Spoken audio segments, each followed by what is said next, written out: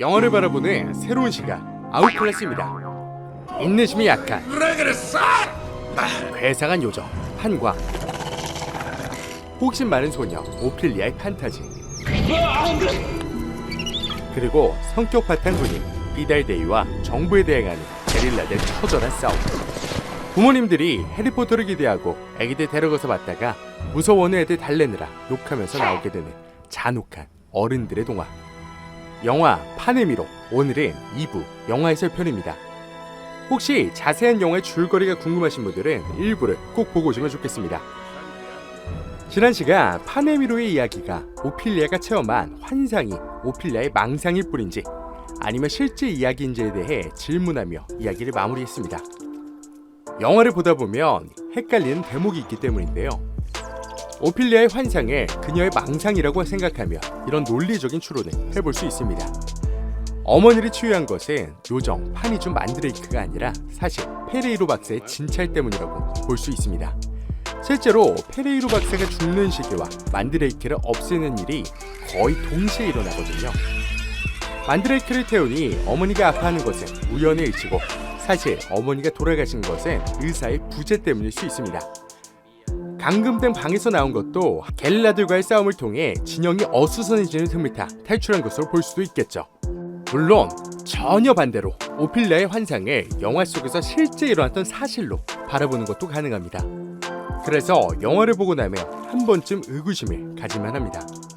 도대체 왜 이렇게 헷갈리게 영화를 만든 걸까요? 또 한 가지 의문이 있는데요.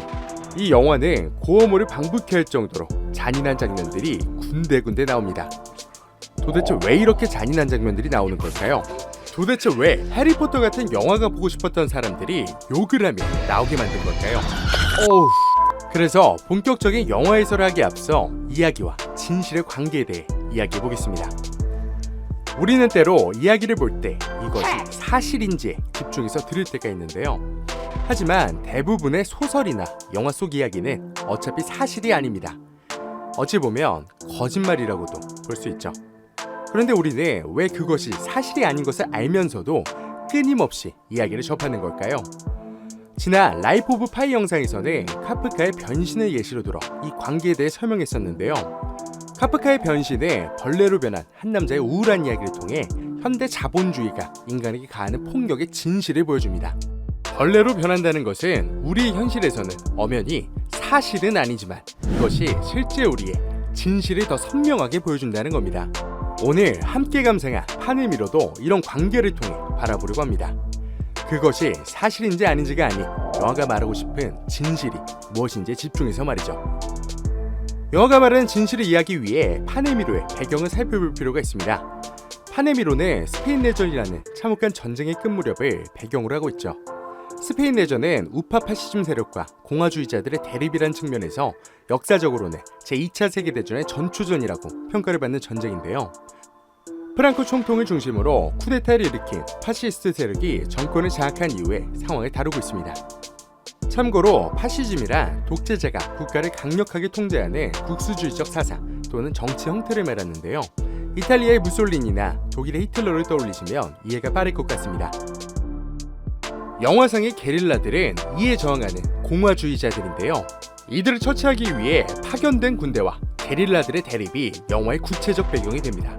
이 게릴라들은 군부 세력이 사실상의 승리를 거둬서 파시즘 정권을 세운 이후의 끝 무렵에 마지막 저항을 하고 있는 겁니다.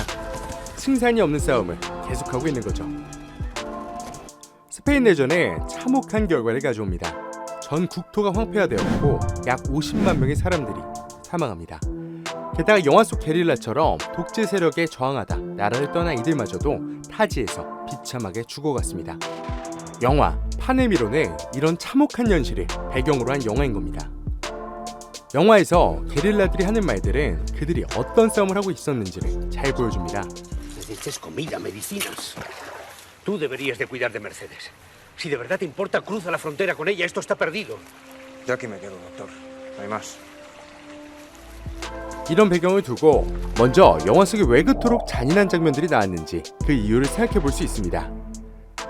파네미로는 스페인 내전이라는 참혹한 전쟁으로 인해 펼쳐진 잔혹한 현실을 오피리아라는 한 어린아이의 이야기와 함께 더 극적으로 보여주고 있는 겁니다. 영화 속에서 판은 마치 인간이 되는 것은 좋지 못한 일이라는 듯이 말합니다.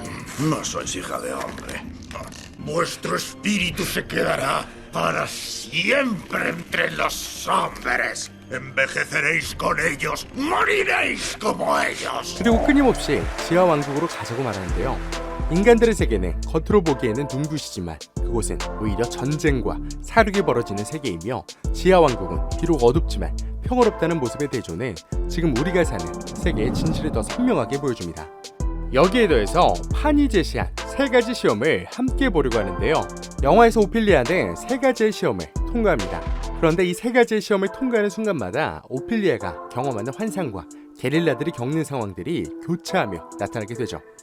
동료를 위해 자신의 정체가 탄로날 것을 주저하지 않고 도와주었던 의사 페레이로나, 기꺼이 적진에 잠입해 가정부 노릇을 한 메르세데스의 행동을 보시죠. 오피리아가 벌레가 득실거리는 나무 아래에 들어가 괴물 두꺼비를 처치하는 모습이나 괴물의 방에 몰래 잠입해 물건을 훔쳐오는 오피리아의 모습은 표현되는 모습만 다를 뿐 같은 진실을 보여줍니다. 그렇기 때문에 우리는 오피리아의 환상 체험을 다시 바라볼 필요가 있습니다. 극한의 상황 속 비록 승산이 없는 싸움일지라도 게릴라들이 용기를 잃지 않고 스스로를 희생해가며 독재 세력에 대항한 것처럼 어린 소녀 오피리아도 자기 나름의 방식으로 자신이 마주한 상황을 이겨냅니다. 중간에 물론 실수도 있었지만 결국은 동생 대신 자신을 희생함으로써 자기의 총덤을 지켜냅니다. 오피리아가 우리에게 보여준 이야기들은 이렇게 이 세상의 진실을 비춰주고 우리를 위로합니다. 이야기의 힘은 어느 날 우리가 마주한 상황 속에서도 그 힘을 발휘합니다. 우리가 살아가는 이 세상도 여전히 수많은 연약한 이들이 거대한 폭력 앞에 소외받고 억압받고 있습니다. 여러분이 이런 상황이라면 어떻게 하실 건가요? 물론 이런 문제들에 대해 오피리아의 이야기가 확실한 해결책을 제시해주는 것은 아니지만 우리가 어떤 방향으로 살아가야 할지는 생각해보게 합니다. 오피리아는 자신이 당한 폭력을 자기보다 약한 존재에게 그대로 반복하지 않았습니다. 아버지보다 못한 군인이라는 열등감을 자기보다 약한 인간에게 무자비하게 퍼부었던 비달대위와는 달리 오피리아는 동생의 피를 흘리지 않고 자기를 희생합니다. 오피리아는 감당하기 어려운 폭력 속에서도 자신의 존엄을 지켜낸 겁니다. 승리를 장담할 수 없는 극한의 상황에서도 게릴라들은 같은 의지를 가진 사람들과 함께 끝까지 군부 독재 세력에게 저항합니다. 이처럼 우리에게 울림을 주는 이야기는 우리가 더 인간답게 살기를 원하는 것 같습니다. 영화의 마지막에 동생을 대신해 자신의 피를 흘린 오피리아는 결국 평화로운 지하왕국으로 돌아갑니다. 이 지점에서 우리는 이 이야기가 말하고 싶은 진실이 가리키는 방향을 바라보게 됩니다. Y que dejó detrás de sí pequeñas huellas de su paso por el mundo, visibles solo para aquel que sepa dónde mirar. 이상 오늘의 영화로 쓰는 에세이였습니다. 감사합니다.